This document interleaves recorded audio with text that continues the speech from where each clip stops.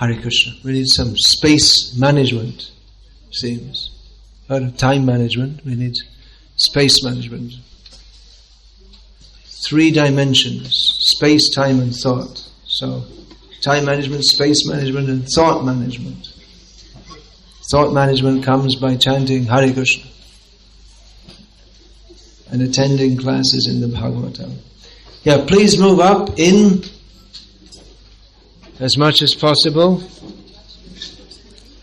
If we're really tight on space, and could sit here on the stage also.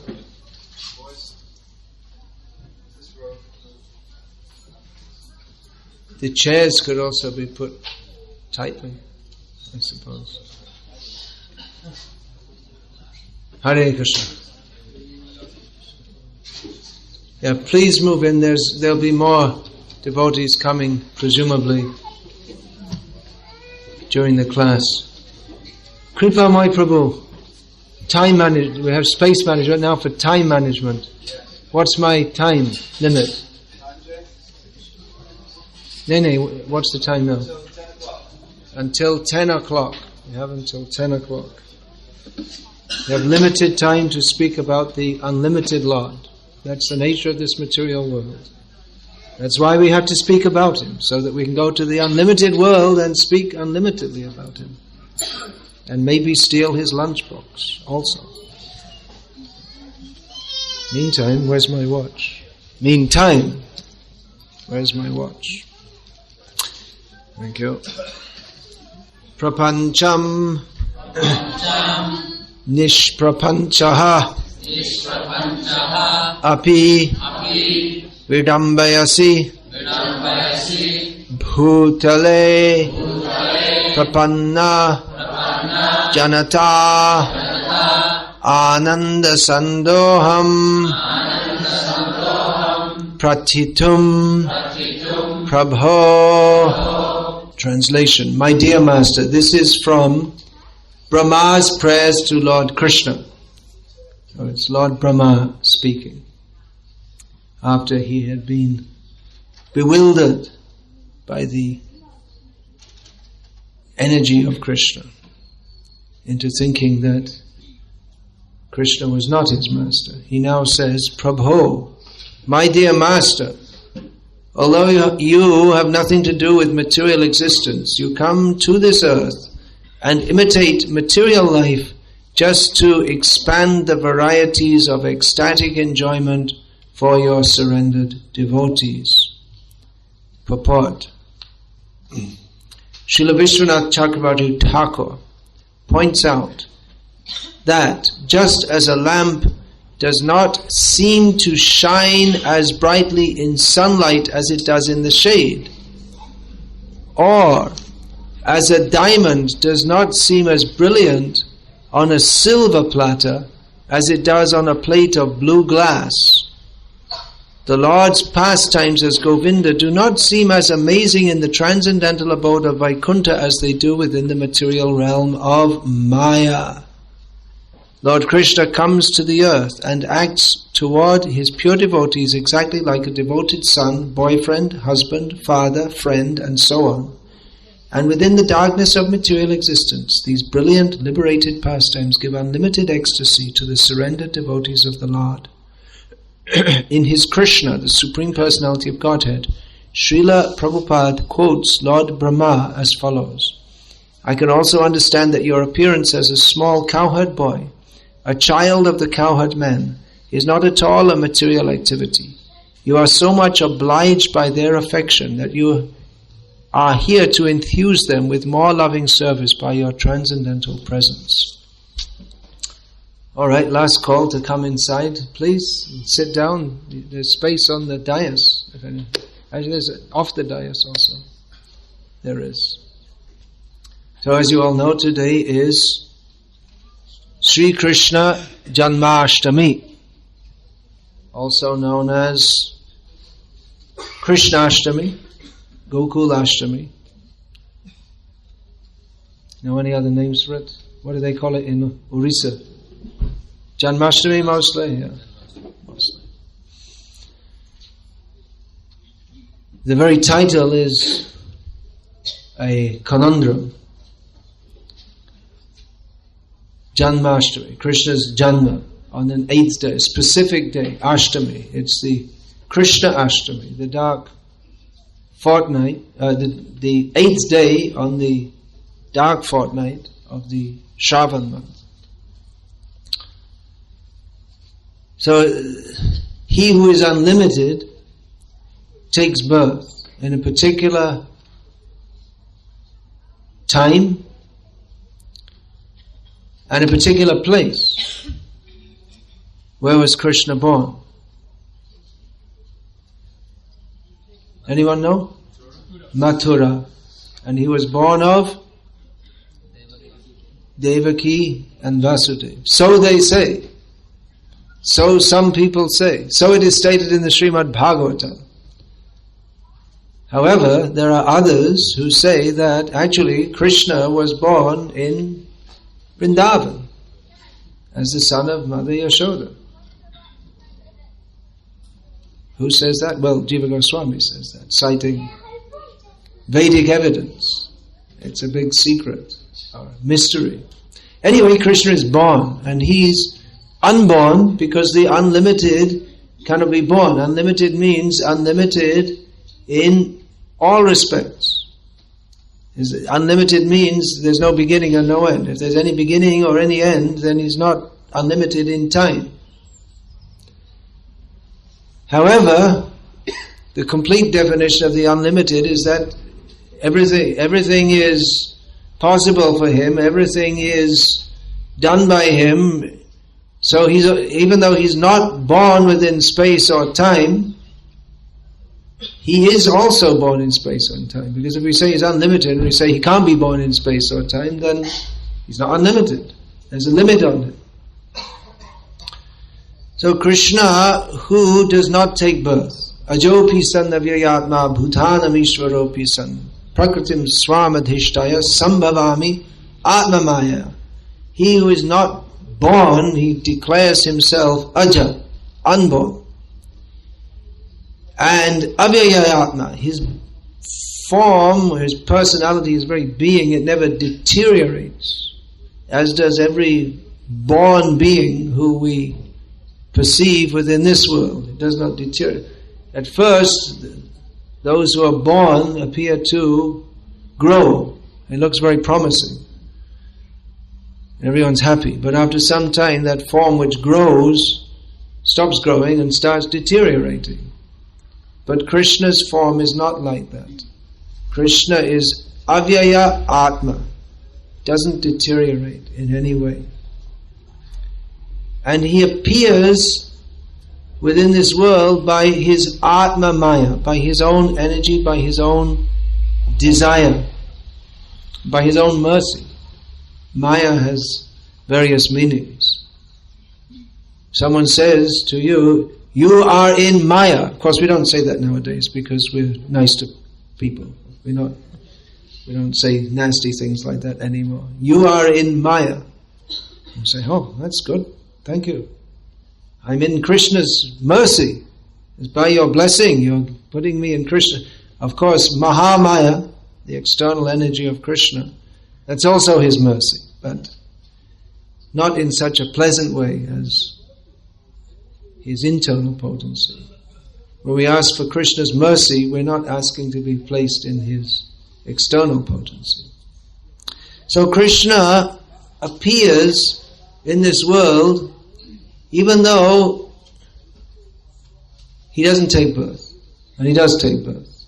And people say, well, that's not logical. It's a contradiction. How can you say that he takes birth and the next breath say he doesn't take birth? Well, Krishna is not bound by logic. The logic of the unlimited. Actually, this is logical. If he is unlimited, then he must be not taking birth and also taking birth. So it is logical, but it doesn't fit within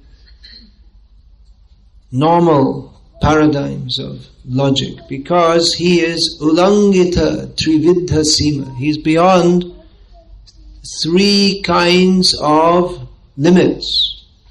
which every living being is subjected to, and which Krishna is not subjected to.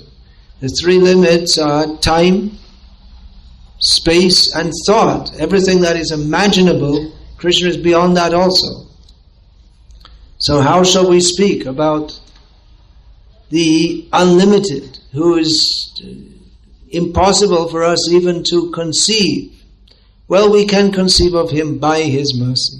We are all here together today by His mercy, transmitted or received through His divine grace, Srila Prabhupada, Krishna Kripa Sri Murti. This His divine grace means Krishna Kripa Sri Murti, who is the very form of Krishna's mercy, who very kindly, through the agency of Sriman George Harrison, as Srila Prabhupada refers to him in the Nectar of Instruction, established here the worship of Sri Sri Radha Gokulananda. Today is Krishna's birthday. It's the 5,000, how many, who knows how many years, 200 and something, anyone? Keshi Daman had it yesterday, almost. Anyway, it's 5,200 and something's birthday of Krishna, and it's also the 35th birthday of Sri Sri Radha Gokulananda, who were born here on Janmastami, or appeared here on Janmastami in 1973.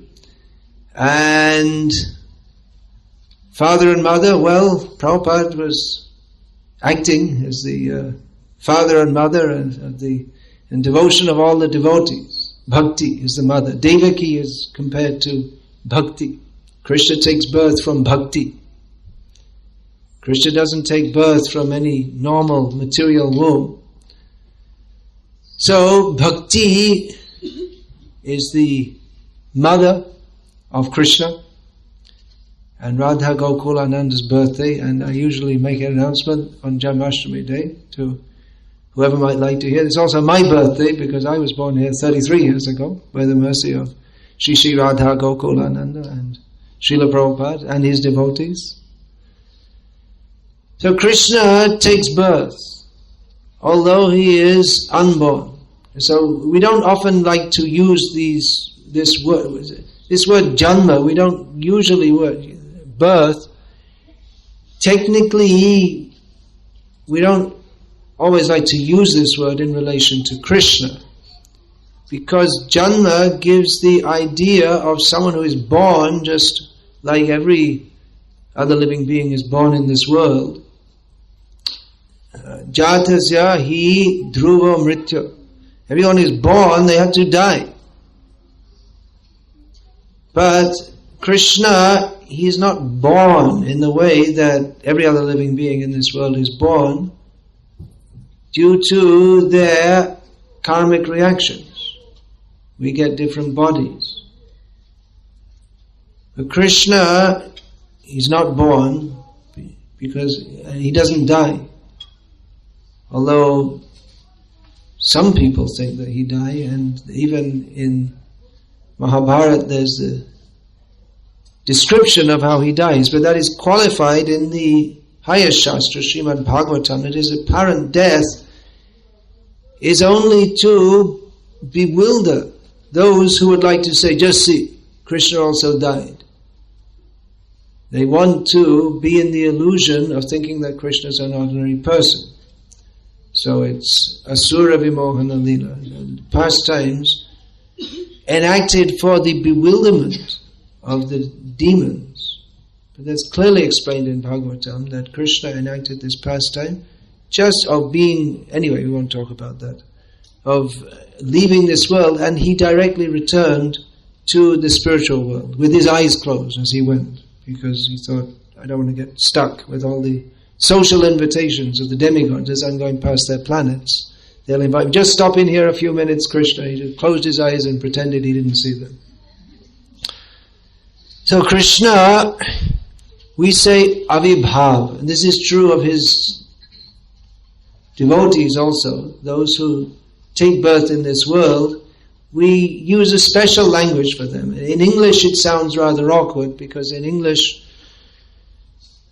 we don't have the culture of understanding Krishna. We use terms like, he appeared in this world, and to the average English-speaking person, this sounds rather strange. It sounds like something that parents used to tell their children, that when they ask, how was I born? We found you in a cabbage patch.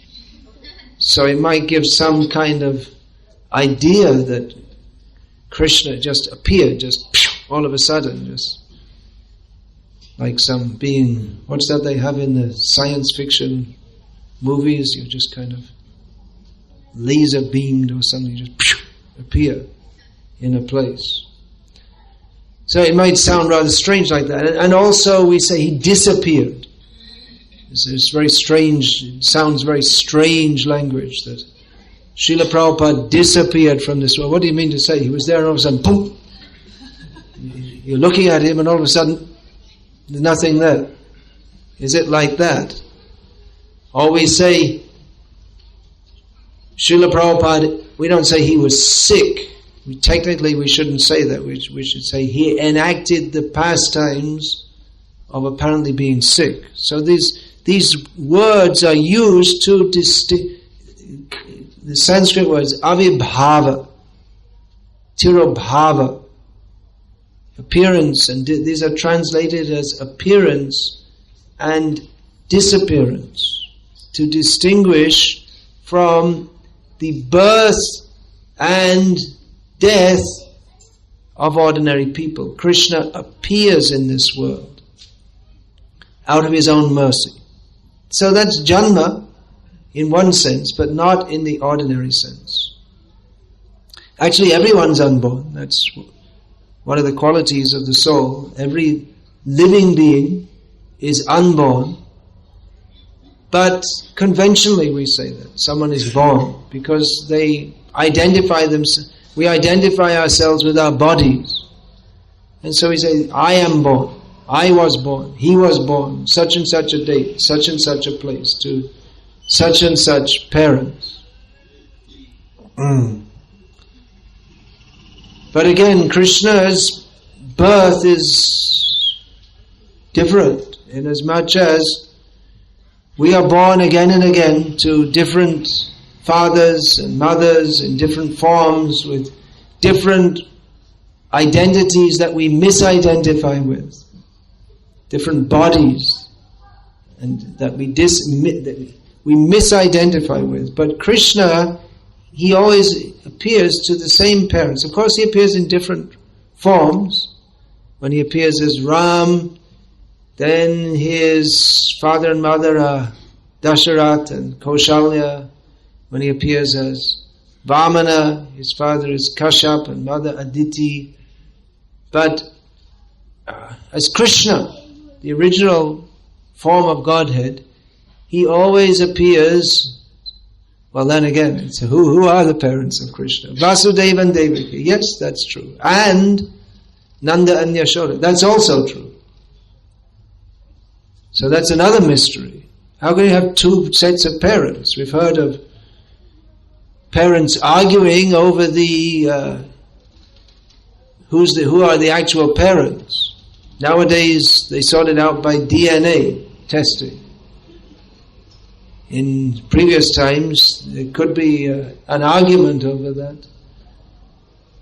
But Krishna is born to both Vasudeva and Devaki and to Nanda and Yashoda, and if we say no, it can only be one set of parents, then it's Nanda and Yashoda. Surprisingly. Well, it depends on which side of the river Yamuna you live.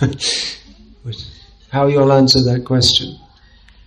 But by Srila Prabhupada's mercy, he came from Vrindavan, and so we want to live on the Vrindavan side. And so Vrajvasis, they know Krishna is the son of Nanda and Yashoda.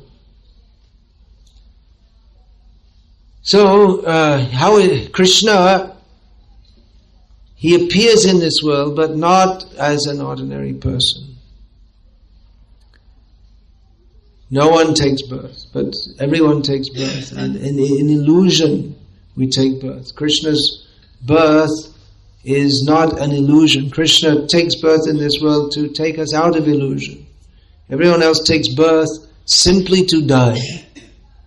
What is there to say of someone who lives without knowing Krishna? They're simply living and thrashing about in the waters of material existence for some time, and then drowning, and then getting born again, and then drowning, then dying, and then getting born again, and then dying. So, when we say Krishna doesn't take birth, no one takes birth, but actually, in another sense, Krishna is the only one who really takes birth, and everyone else doesn't really take birth. Because if we say someone takes birth, John Smith, the famous John Smith, Mr. John Smith, takes birth, is born in Watford General Hospital, if there is such a thing. Is? They still didn't close it down and sell it off yet? No? All right. So John Smith is born in Watford General Hospital on the 24th. Is today the 24th? 24th of August. Wait a minute. I'm a little out of date there. 2008. So he's born. John Smith is born, and that body is born. But actually that body is, identifying that body and giving it a name, John Smith, because his parents are called Smith, and they decide to give him another original name, John.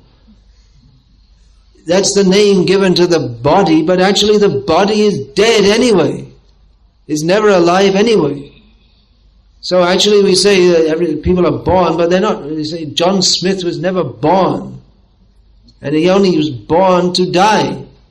It's just a matter tick, tick, tick, tick, tick. And then all of a sudden, the ticking stops. And he goes off to get thrown in another womb to be pop out again and then thrash about around for some time and then pop off again. But actually, being born means what? Being born means to live. Birth means to... So only Krishna lives. Everyone is simply dying. They're zombies anyway. Everyone's like a zombie without Krishna consciousness. It's achaitanya midang vishvam. The whole world is full of zombies. Everyone thinks that they're alive, but they're just... Now we hear these stories of takeovers from outer space. They put chips in your brain, and probably everyone's heard about this. It's local, modern folklore. Some people say it's true. I don't know. Maybe I've got a chip in my brain. So they're just controlled by beings from outer space. We're all controlled by Maya, and we think I have such and such an identity, but we're just like some robot can say, my name is John Smith. Can say that, but it has no meaning. It's just or the robot can have John Smith stamped on the robot, and that robot is known as John Smith. But there's no actual person there, there's no actual life there. Even though the robot can be programmed to say, I am happy, life is great. But it's all meaningless. His life, his actual life is lost. The soul doesn't know who he is. His actual life is with Krishna, but the consciousness of that is covered over. So there's no life. It's all deathly existence. But Krishna lives. Living means enjoyment. If there's no enjoyment, there's no life. Krishna is the only one who he actually enjoys. Whereas everyone's body deteriorates at every moment. Krishna is avyaya. He never deteriorates. On the contrary, Krishna's enjoyment increases at every moment. So everyone is dying in this material world. Everyone is dying at every moment. If we say, I am 50 years old. That means we are 50 years dead. We're already 50 years closer to the next in our unlimited numbers of deaths. We're 50 years closer to the next one. That's all. So birth in this material world means death. That's all. Death, birth, death, birth, death, birth, death, birth, death, birth, death, birth, death. But for Krishna there's no death. And just like we're dying at every moment, Krishna is ever fresh at every moment. He's always new. At every moment, he's like the Vaidurya gem. It's stated that it's always just like a kaleidoscope. It's always changing. Always some new, wonderful pattern. It's never the same. So Krishna is always fresh, ever new. For devotees who are alive in Krishna consciousness, then they experience Krishna as ever new, ever fresh, at every moment. So actually Krishna is the only one who's living, and everyone else, without Krishna consciousness, we're all dead, because our life is only coming from Krishna. Krishna is the life of all life. So if we attempt to disconnect ourselves from Krishna, it's like a spark that goes out of the fire. We become dull, dead. But if we're connected with Krishna, who is the life of all life, the light of all light, then we have light. So Krishna, he's the only one actually who is born. Because everyone else is simply born to die. And Krishna lives, he really lives. He really knows how to enjoy. Everyone else is making a very poor imitation. We see some people, they drink a lot, they smoke a lot, they have sex a lot, and they don't care for the future at all. And they dress in, often, they try to dress themselves very nicely, or sometimes in outlandish clothes, and they'll eat, and they just live for enjoyment and trying to cram it in, and they don't care for what other people think, that what is social decorum. Or they have the idea, well, we only live once, so we've got to enjoy it to the full. So partially they got the philosophy right. Usually such people are not very philosophical, but there is a philosophical basis to that also. They've got the idea that, well, life is meant for enjoyment. So they got it right. Everyone thinks like that, but they think that, well, why mess about? Why go through all this rigmarole of working hard, getting money, and trying to be respectable and all this kind of thing? Just enjoy as much as you can, 24 hours. Just enjoy, party constantly. Actually, here at the Manor, Prabhupada said that. When this journalist asked Prabhupada, what is the purpose of life? Very good question for a journalist. They don't usually ask such good questions. Srila Prabhupada, sitting in his room there, said, the purpose of life is to enjoy. I was surprised. I happened to be... I thought Prabhupada said, I thought he was going to say to be austere, to have austerity. Prabhupada said, to enjoy.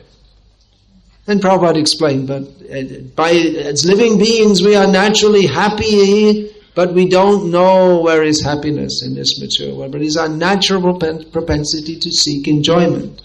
So those who are committed to party, booze, and womanize or manize, as the case may be, and just have one heck of a time all their life, until it doesn't matter if you die early, because what's the point of living a long life if you're just a bowler hat brolly bearing? They don't do that anymore, do they?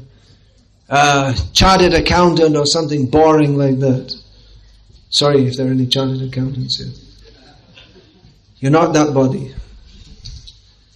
Chartered accountants don't come here, do they? They just... Anyway, such persons, they have realized the purpose of life is to enjoy, but they just made one mistake. They thought that they were the enjoyer. But Krishna is the enjoyer. Krishna is always partying. He really knows how to party.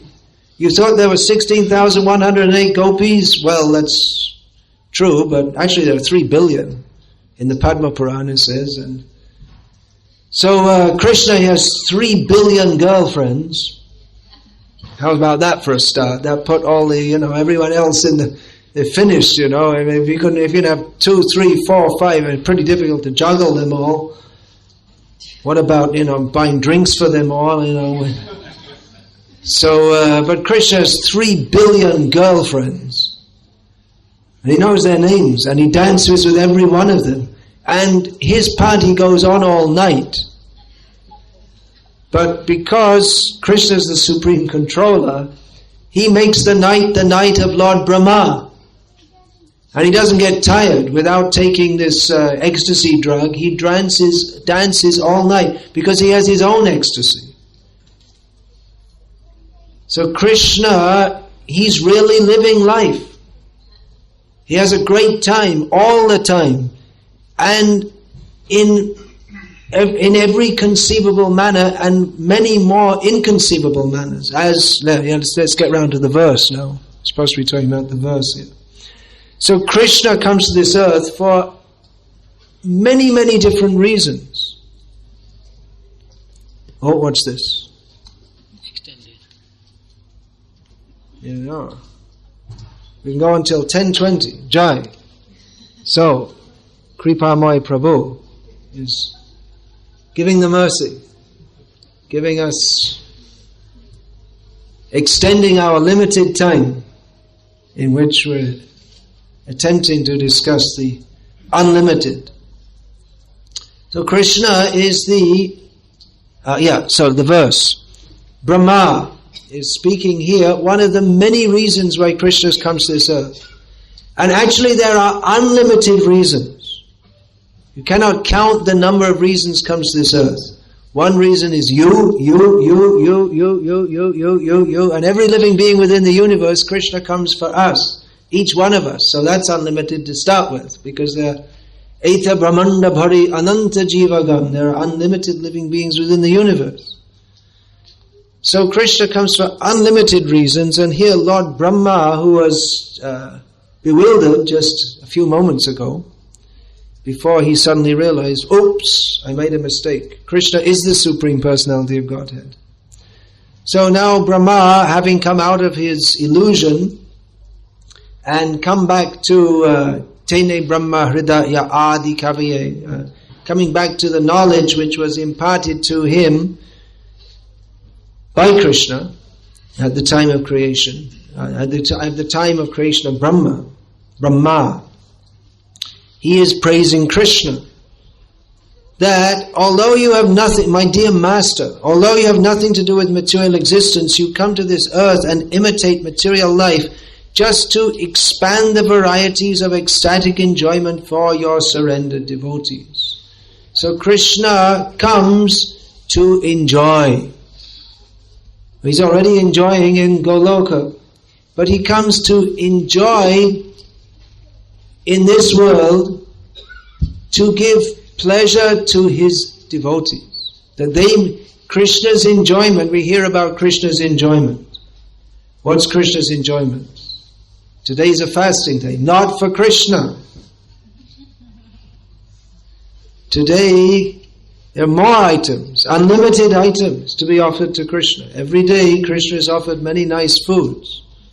Here, at Radha Gokulananda's abode, every day, he's offered very nice foods. But today, more varieties of nice foods. Kulangana, Mataji, what are you doing here? She's famous for Radha Gokulananda's sweets, Mangalarti sweets, great tradition, famous all over the world. Today there will be more varieties offered to Krishna. If we tried to eat in one day Just on one day, if we tried to eat what Krishna eats for breakfast, we'd have to fast for many days, not just for one day. Because Krishna is unlimited, he also has an unlimited digestion. And therefore, he eats huge breakfast, has a huge lunch, and then in between he has snacks, and then he comes home and has a huge meal, and then he also has to drink milk from all the cows who want to, they want to have the ecstasy of offering their milk to him. And then at night also, when he sneaks out, bad boy, sneaks out and goes to the forest, then in the middle of the Ras Leela they take a little break also, a little snacks break. But what Krishna has for snacks would wipe any of us out, just even thinking about it. So Krishna has unlimited digestion because he's the supreme enjoyer, but his enjoyment comes from reciprocating with his devotees who want to offer all varieties of nice food to him. And he accepts that, he enjoys that, he likes that. But most of all, he likes to see his devotees happy. So Krishna is the supreme enjoyer. When we hear this, we might think that, well, it's kind of selfish, isn't it? It's got everyone in the whole universe just serving him and making him happy. It sounds selfish, but it's not selfish because Krishna takes the greatest happiness in seeing his devotees happy. He doesn't really care for good food in and of itself, but he likes to accept it because the devotees offer it with love. So he wants to make his devotees happy. But how do his devotees become happy? When Krishna's happy. So again, he has to be the supreme enjoyer. He has to accept their offerings of love, and then he enjoys that, and then they're happy. And then he's happy because they're happy. But it's not that Krishna is like this, these party goers who are just trying to cram in as many things into their senses as they can. Not exactly like that. We know the story of Duryodhana, for political reasons, inviting Krishna for a king's meal. But Krishna didn't want to come. Krishna says, well, I get a king's meal every day, better than you. What do I need your food for? You don't like my devotee. I'm not going to go and eat with you. Forget it. So Krishna didn't want to accept all the opulent food offered by Duryodhana because it was not offered with love. He had a motive. He wanted to, for political purposes, he wanted to try to get Krishna on his side. But then he went to the abode of Vidur, his devotee who wasn't there, and only Vidur's wife was there. And she was so ecstatic that Krishna has come to my home. She's a great devotee. So I have to feed Krishna. If a guest comes, you have to feed them. Anyone comes to your home, you have to feed them. There's nothing in the home, only some bananas. All right, give Krishna bananas. Sorry, don't have anything else. Take these bananas. She's peeling them and throwing away the banana and giving the skin. Because in her ecstasy that Krishna has come to my home. And Krishna's eating the banana skins. He doesn't say, well, could you give me the bananas, please? But he doesn't want to interrupt her ecstasy or make her feel disappointed. So Krishna, who just refused the opulent foods offered by Duryodhana, the best in the world. Duryodhana was king of the world and he had facility to offer the best food in the world. Krishna not interested. And then some banana skins offered by his devotee. Yes, Krishna is very happily eating. It's giving him more ecstasy than any opulent foods that anyone could offer. In Chaitanya Leela also, we find that Chaitanya Mahaprabhu's devotees, they would offer him all nice foods and he had tried to refuse it and they'd force him to eat it. But Raghunath Das Goswami, he was avoiding opulent food. He took so much opulent food in his parents' house, and he he was renounced. He didn't want opulent food. There are different, sometimes by accepting opulent food, one is performing bhakti, and sometimes by refusing it, one is performing bhakti. So in general, for the devotees, it's vairagya vidya.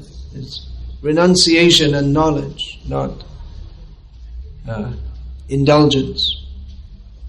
Raghunath Das Goswami was taking very little food and not taking opulent food and trying to avoid it, and he eventually came to the point that, when he was living in Puri, something has to be eaten to maintain this body so that I can go on with my service to Krishna. It's not proper just to starve, and we are told that it's part of bhakti to take prasadam, but why should I take the opulent food? So he eventually came to the point of taking the rice offered to Jagannath, the excess rice which was thrown out. We shouldn't throw out prasadam, but somehow or other some rice was being thrown out, because the rice which wasn't purchased, which had become what we would call a little rotten, although actually prasadam never becomes rotten. It's, again, we shouldn't say that, even though to ordinary sense perception it may appear to be rotten. But even the cows wouldn't eat it. It was little far gone, like that. So Raghunath Das Goswami would collect that rice and rinse the outer portion.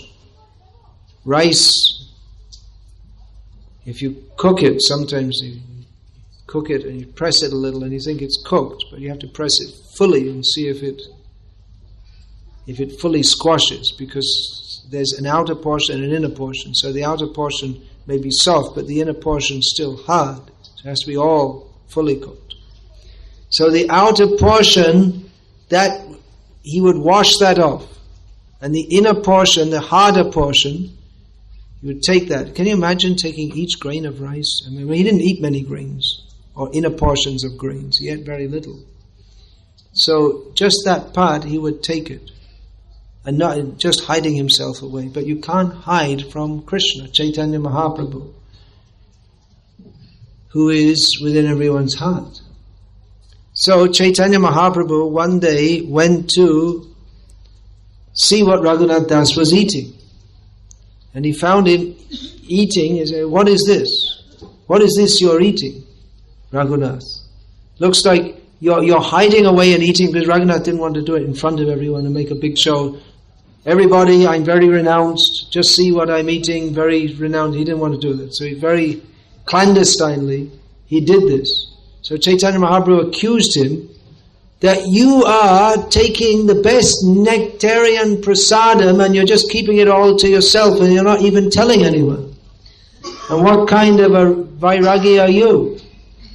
You're not supposed to do that. If you have good nectar prasadam, you have to share it with everyone. Why are you cheating me? So Raghunath Das is kind of hiding it away. He didn't want it.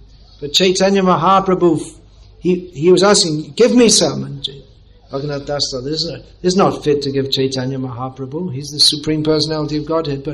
But Chaitanya Mahaprabhu forcibly snatched that from Raghunath Das and chewed it and said, "This is the best prasadam I ever took. This is better than all the cakes and all the opulent sabjis. This is the best, because this is Raghunath Das's bhakti." So Krishna is attracted. He is all attracted, but he is attracted by the bhakti of his devotees. And he comes to this world to exhibit wonderful pastimes. The pastimes means with devotees. It's not a one-man show.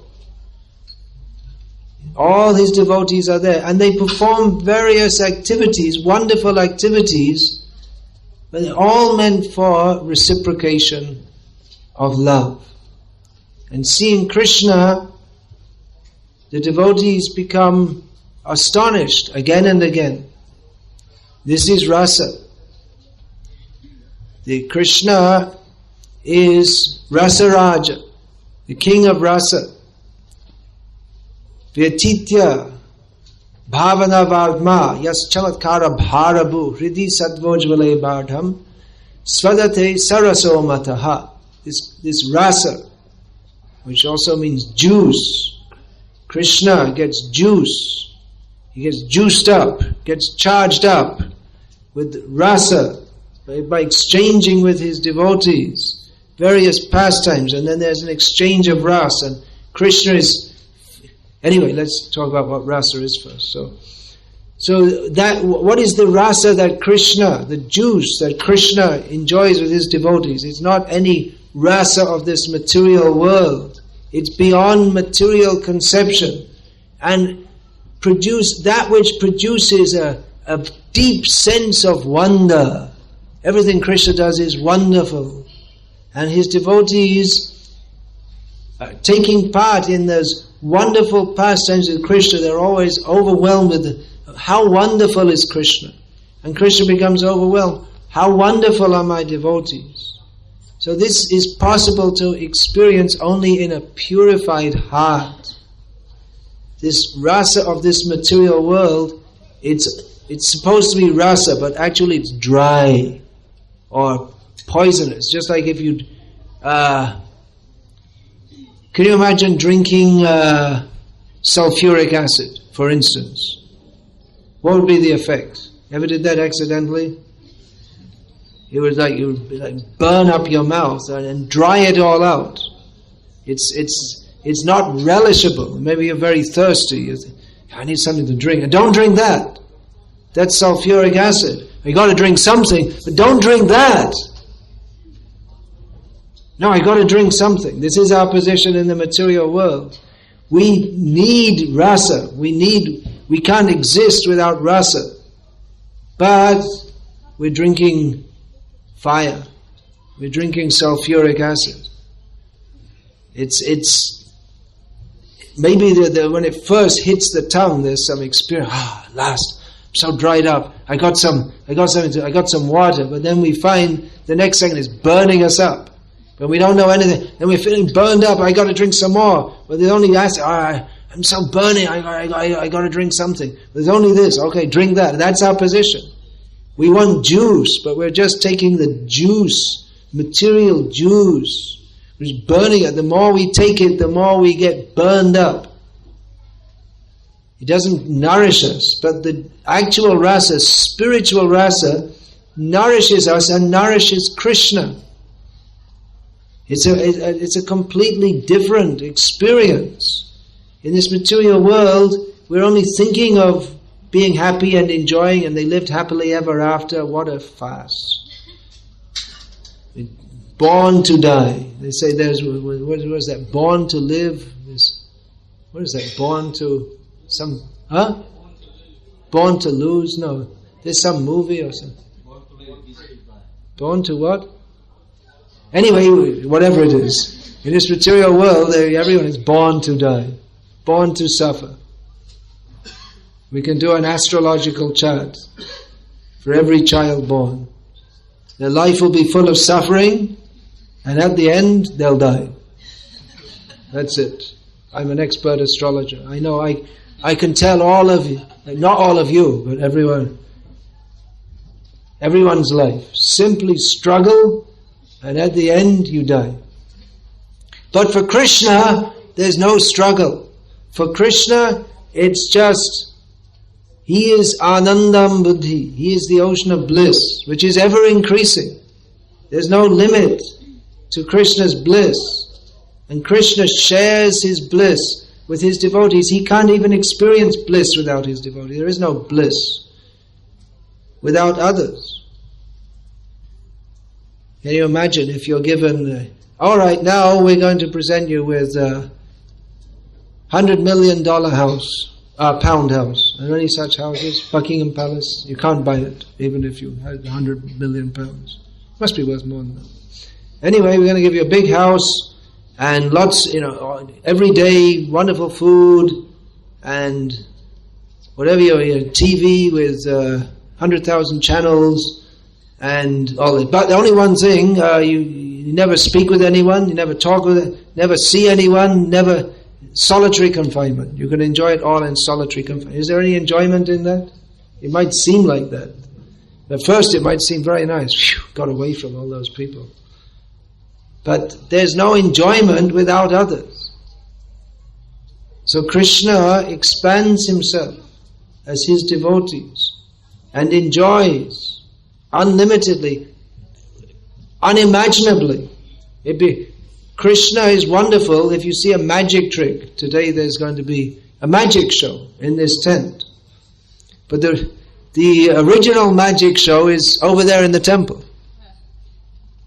That Krishna is always performing wonderful activity. He's always wonderful, always new dresses, new food, new dance styles.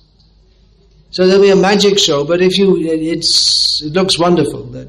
What do? They pull a rabbit out of the hat, show the hat, put it down, there's nothing in the hat, and then puts it and pulls out a rabbit. So it's wonderful, it's amazing. I don't know how they do it. Parashuram knows, he's an initiated magician. You have to take initiation and take training. They give you secret procedures. Sleight of hand. I don't know how they do it. It's inconceivable how they pull a rabbit out of they showed you an empty hat. And then what else is there? The soaring the woman in half. She comes, sits in the box, and then they soar, and she's still alive. How do they do it? I don't know. But anyway, even though it's amazing, if you watch it 10 times, 50 times, you fall asleep probably, like people usually do in the Srimad Bhagavatam class. So because it becomes boring. Seen it before. What else? Got to try something new. But Krishna, what he does is, it's always new, although it's the same script. It's the same drama, more or less, sometimes there's a little difference. Just like sometimes when Krishna goes to Mathura, he doesn't go on a crow's chariot, he rides Kaliya, so we're told. Hitches up Kaliya and rides on Kaliya serpent to Mathura, and sometimes he appears. So sometimes it's a little different, but more or less it's the same. There's always Ras Leela, there's always Mother Yashoda, there's always Mother Yashoda tucking in Krishna at night so he can have a good night's sleep, and then Krishna jumps out the window and runs off to the forest. It's more or less the same script. So Krishna, his Nava rasa, always new rasa. It doesn't come from the script being different, but Krishna himself being wonderful in so many ways, and the experience of Krishna, the nuances of his personality, his laughing, his joking, his form, because Krishna is unlimited, it doesn't become boring. Everything in this world is limited, so if you do it again and again, it becomes dry. But Krishna is unlimited. And unlimited by definition, there's no end to it. And so the pleasure that one takes in Krishna is unlimited. Well, it's a possibility of unlimited pleasure. And Krishna's unlimitedness increases always. Now, that's also not logical. Because if it's unlimited, it can't increase. That means that there was something greater, that it could increase in, that it was incomplete. If it increases, it means it's incomplete. Anything that increases, it's incomplete. So, if something's unlimited, then it can't increase. But Krishna is unlimited, and his unlimitedness always increases. So I'm not going to attempt to explain that because it's not explainable. But it's true, because Krishna is unlimited, and one feature of his unlimitedness is that we can't even define his unlimitedness. And that unlimited Krishna appears in the prison house of Kamsa. in a limited situation. You can't get out. You put our desire, the prison house is, why is it a punishment to be locked in a prison? Because our desire to roam freely, to have unlimited choice where to go, that is restricted. Limitedness is a restriction. Or restriction means limitedness. So Krishna appears within the prison house of Kamsa, which is in the prison house of the material world, but he's never in any prison. And he immediately goes out from that prison house and frustrates Kamsa by killing all the demons sent by Kamsa. And then eventually he goes and kills Kamsa also. Out of his unlimited mercy, he delivers all the demons. Krishna, the unlimited, takes birth. And we can also take birth at every moment by always remembering Krishna and always committing ourselves to Krishna. Janmastami is also a good day for us to take birth. Our bhakti can take birth. Sometimes it may seem our bhakti takes birth and appears to die. Bhakti never dies.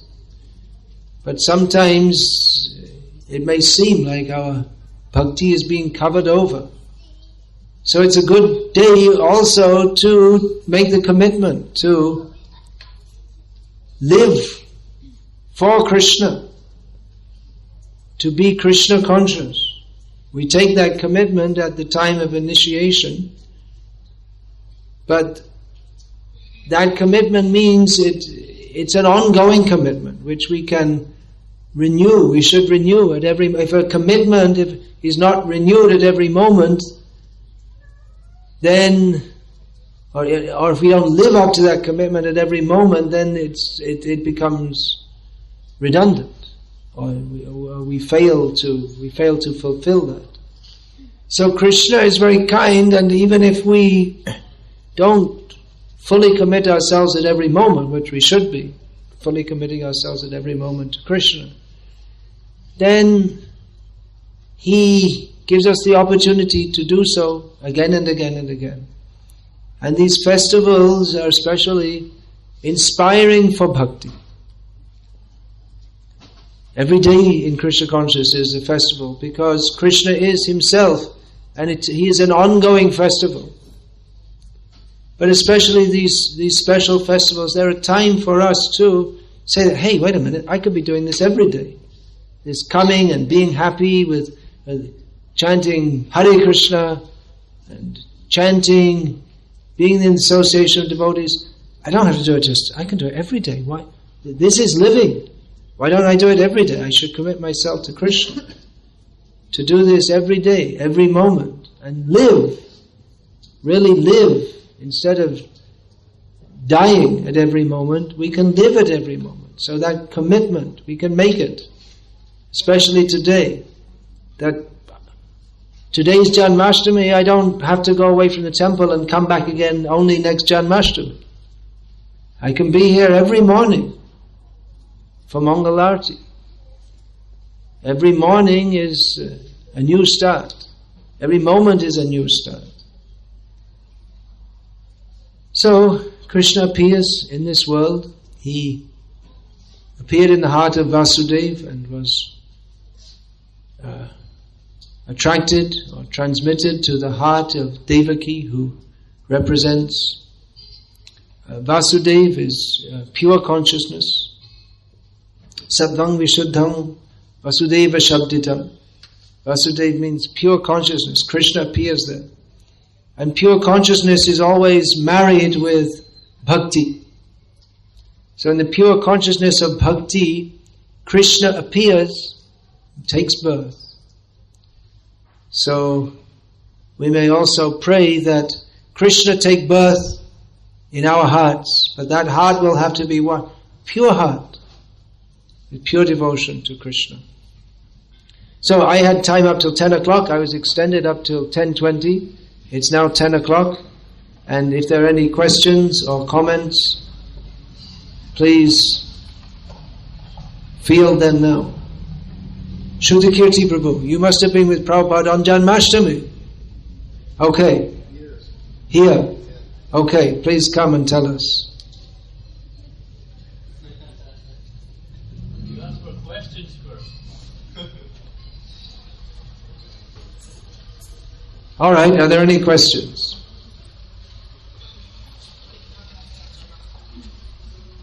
No question. Yes, you have a question. What did Srila Prabhupada say when he was here with you on Janmastami? What did Srila Prabhupada say when he was here with me? I wasn't here on Janmastami. I was born, I guess, a surrogate child or something. Hansaduta did he chanted on the beads for me. Hansaduta Prabhu.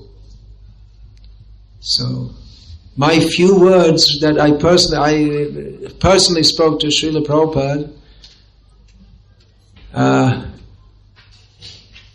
well, it really was very few. It's in a book. I wrote it in a book. My Memories of Srila Prabhupada. I thought that, well, the few words that Prabhupada spoke to me is far more important than anything that George Bush ever says.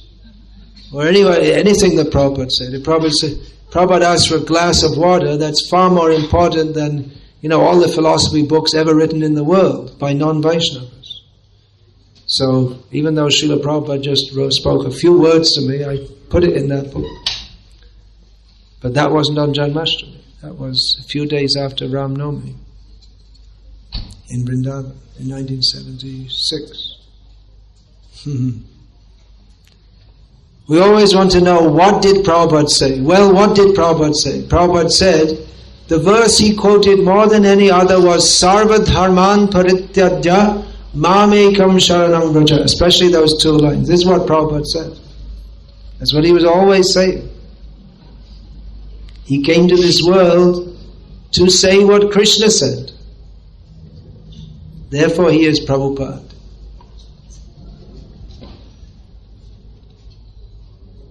Yeah, anything else?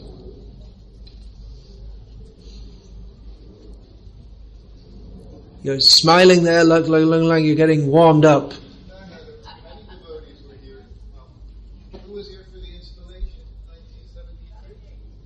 Paravidya Prabhu was here. Kishore Prabhu was here. I asked Paravidya yesterday.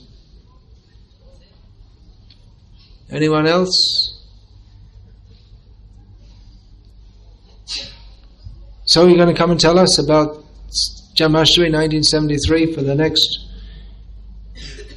16 minutes?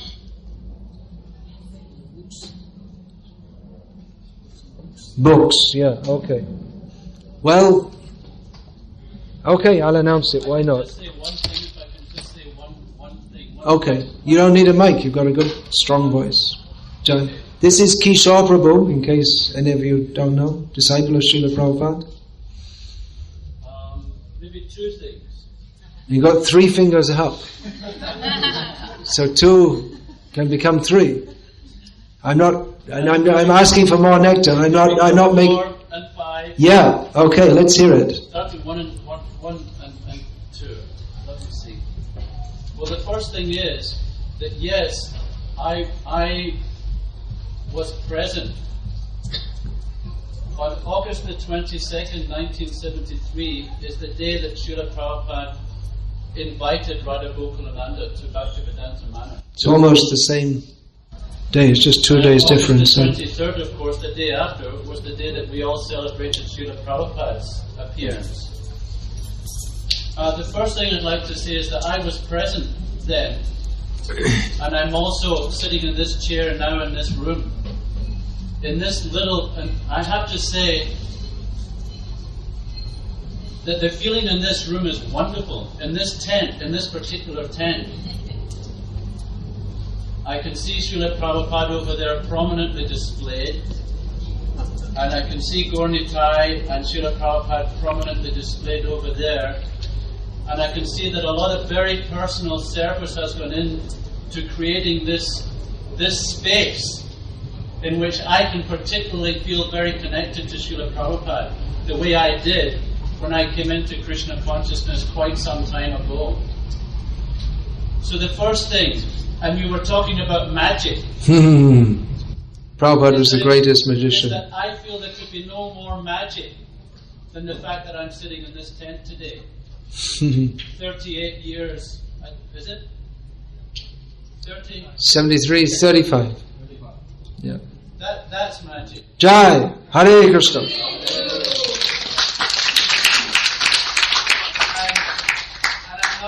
And simply the second thing is that I was present before Prabhupada in the temple room over there on the 23rd of August, which was Janmastami. And one of the things that happened Vyasa Puja. Vyasa Puja. And one of the things that took place was the presentation of that beautiful painting of Srila Prabhupada. Right, which is unfortunately covered up right now.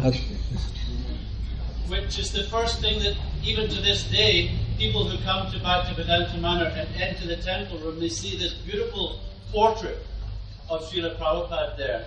And on that day that was presented to Srila Prabhupada, it was also covered up. And then at the point of presentation, it was Unveiled. Unveiled. Yeah. Unveiled.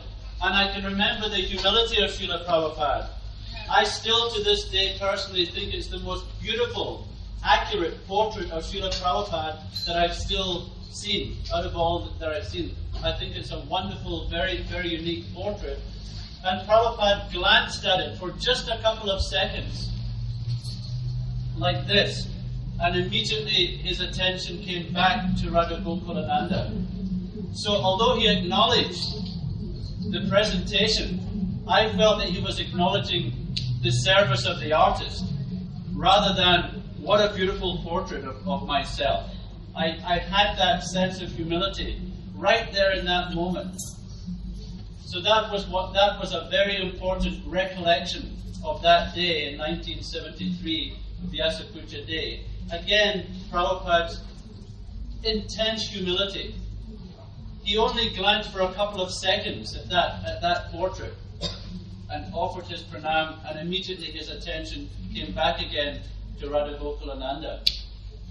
So if that's saying anything, I don't know, but it's just a glimmer of the personality of Srila Prabhupada, who we've all come here today to honor so many years later. So that's all I'll say for now. There's so much more. I remember I was here when Prabhupada came in 75 and 76, and my memories of those two visits are mixed up. But I remember that Prabhupada, he was sitting on Vyasasana facing Radha Gokulananda, and he just became quiet for it seemed like a very long time. He was just looking at the deities, and everyone else, obviously, everyone was all quiet. Does anyone else remember that? Yeah. You went into ecstasy. Right, yeah. That was a period, it was 1975, and I traveled with him as he went through Mexico City, Caracas, Atlanta, which was a very famous place. He went into ecstasy there on the Vyasasana. He was actually going into ecstasy a lot. Jai. Over the course of that month. And, Yeah, he was talking about the Radha Gokulananda, they're so beautiful, and then he just stopped.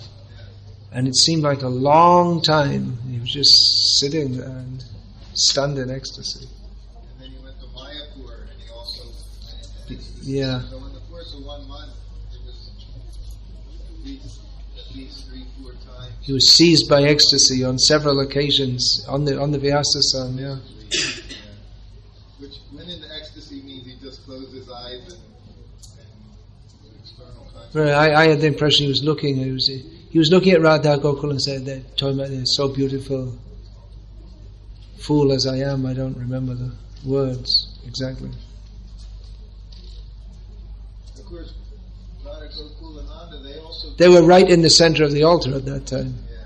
There was one altar. Sita Ram Lakshman Hanuman came later. And they also took birth twice because they were at Apando in India before they came here. Told by Prabhupada.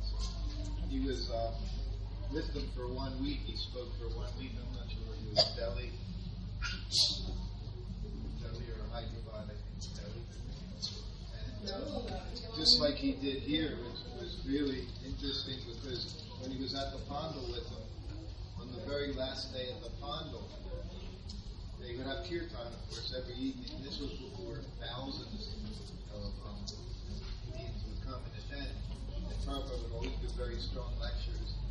And then on the very last day, the Chutananda started leading kirtan, and all the devotees, these were stages.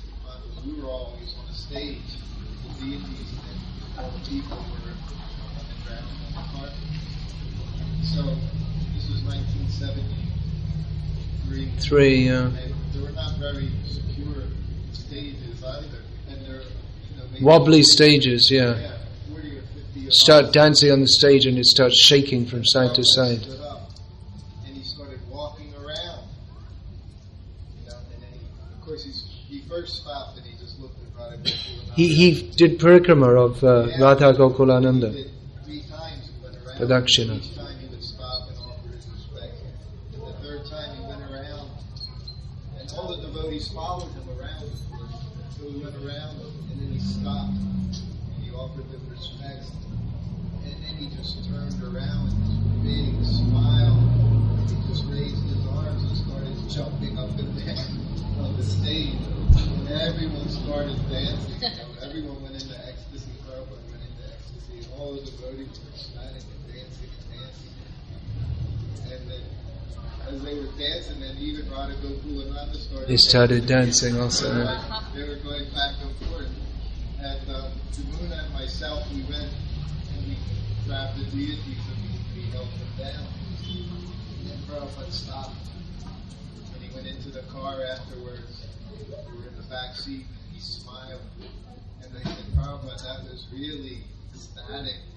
That was really something. He said, yes, he said, I would have kept on dancing, he said, but I saw that the deities were moving, he said, so I stopped. Mm-hmm. And then when he came here, of course, and he installed the deities, and then he did the first arti, and after the arti, again, he went around and he circumambulated. Right, yeah. And then when he was done, then he started thinking. So he did this exact same thing. So he really had a great love for Radha. Yeah. Magic. He appeared. Appeared from behind the screen. Yep. It's got more tricks coming. Anything else? Yeah, okay. Shurakirti Prabhu is going now. Going, I mean not leaving, but he's on a roll.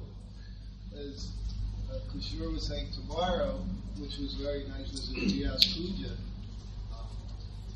ceremony, which was really ecstatic as well. And we have a video of Prabhupada, of course. At the end of that, you see that video of Yodobar, and we see Prabhupada in a room sitting on the floor, and there's like 10, 15 plates in front of him, and he's just picking. He's all alone, and you see him, and he looks, and then he looks there, and then he picks it. Well, that's here at Bhaktivedanta Manor, where that's the place. And Prabhupada had his entire Vyas Puja piece brought up to the room after the festival, so then he was just enjoying everything that was there. But he gave a lecture that day, and first, of course, all the devotees offered their homages to Prabhupada. And then afterwards, Prabhupada started glorifying all of his disciples. And in particular, he mentioned Chaitanya Charitamrita. And he said because Pradyumna, he called him Pradyumna Panditji. Panditji. Pandit Mashai. Yeah, he said actually Pradyumna has done it. So Prabhupada just turned it all around.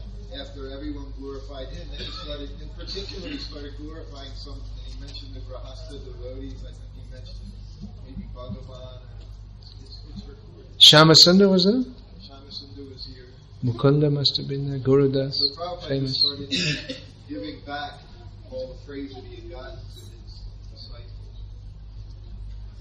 And then he went upstairs and ate the tea. Jai Srila Prabhupada ki Jai, Shri Shri Radha Gokulananda ki Jai. Hare Krishna. Looks like you all don't want to go. Well, there's many other activities coming up. All right, I'll finish there. May I take the liberty, as I often do after classes, to mention I have some books here? Yeah. Srila Prabhupada told me to write philosophical and educational books, so I'm attempting to do that. And some of them are available here. They're meant mostly for devotees, so you're all devotees. So if you'd like to take some, please come and have a look. And there are also CDs of lectures available. Hare Krishna, Krishna Krishna, Hare Hare, Hare Rama, Rama Rama, Hare Hare. Everyone can try and chant 64 rounds today. It's actually the most difficult day to chant even 16 rounds, because everyone's very busy. But,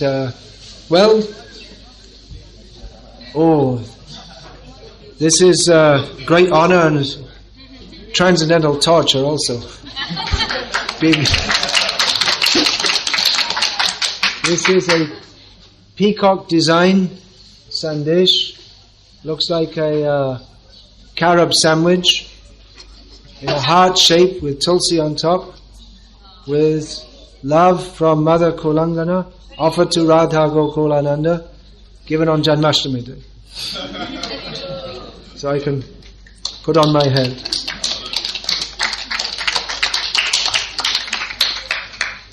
Thank you very much. Hare Krishna.